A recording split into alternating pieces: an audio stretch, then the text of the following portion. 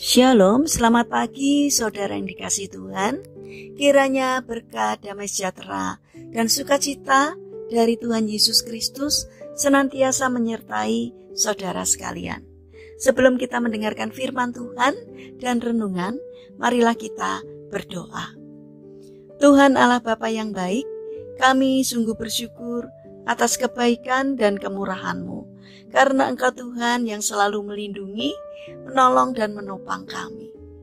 Terima kasih Tuhan atas setiap kemurahan dan kebaikan-Mu. Jika saat ini kami akan mendengarkan sabda firman-Mu, kami memohon Tuhan mengurapi kami dengan Roh Kudus-Mu, agar kami dapat mengerti dan memahami apa yang Tuhan sampaikan kepada kami. Tolonglah kami agar karakter kami semakin hari semakin bertumbuh menjadi lebih baik, sehingga semakin berkenan di hati Tuhan. Terima kasih Tuhan, di dalam nama Tuhan Yesus Kristus kami berdoa. Amin. Saudara yang dikasihi Tuhan, bacaan firman Tuhan saat ini diambil dari kitab Filemon pasal yang pertama ayat yang ke-17. Demikian sabda Tuhan.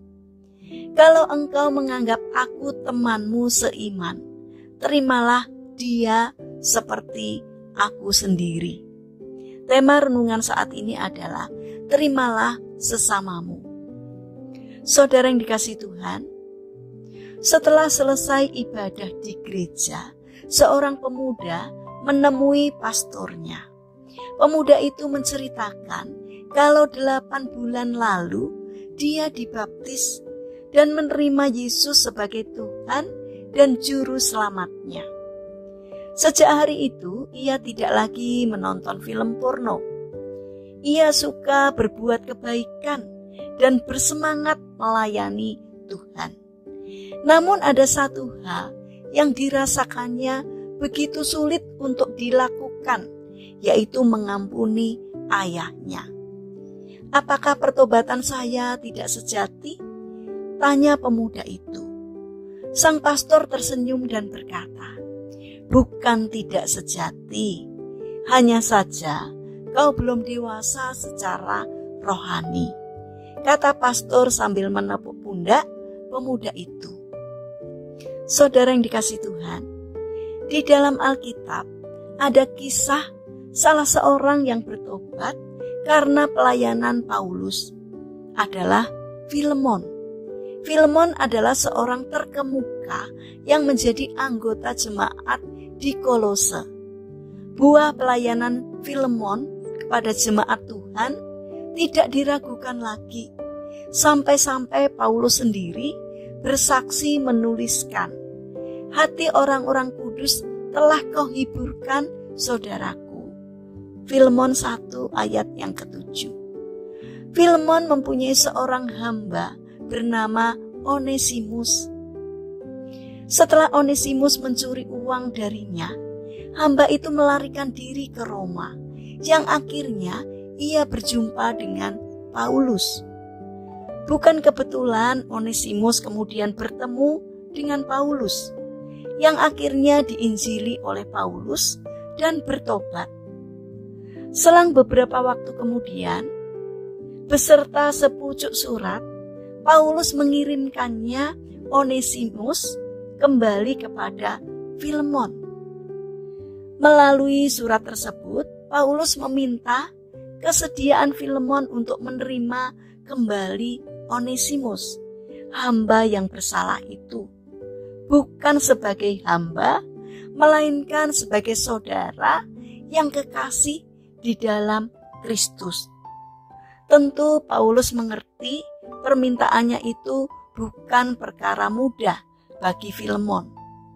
Namun, melalui permintaannya, Paulus seolah meminta kepada Filemon mendemonstrasikan kedewasaan rohaninya dengan mau mengampuni dan menerima kembali hamba yang telah bersalah kepadanya.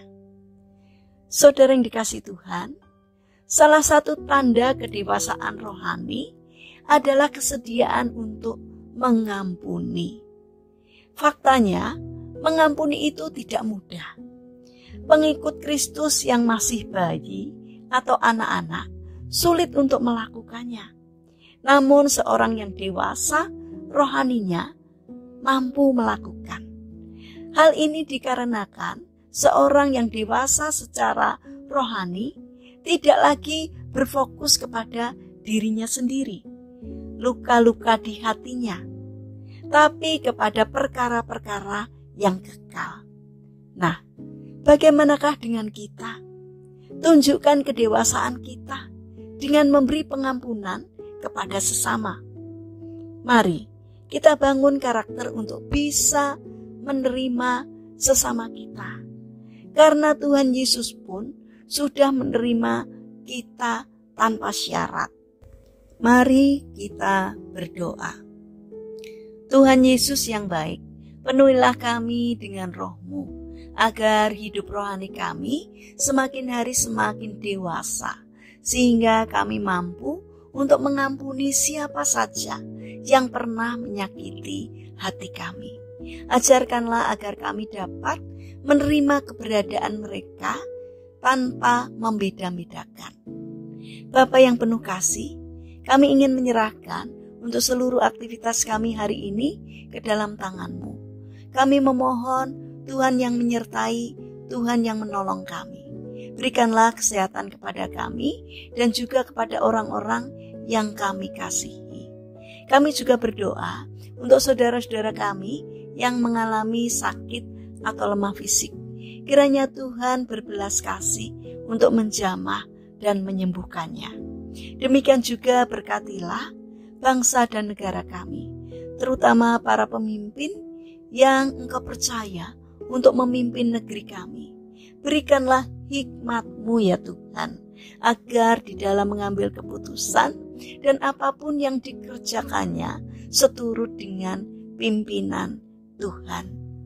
Terima kasih Bapa yang baik, kami serahkan doa ini hanya di dalam nama Tuhan Yesus Kristus. Amin. Puji Tuhan, saudara yang terkasih, kiranya firman Tuhan hari ini dapat menjadi berkat bagi kita semua. Haleluya.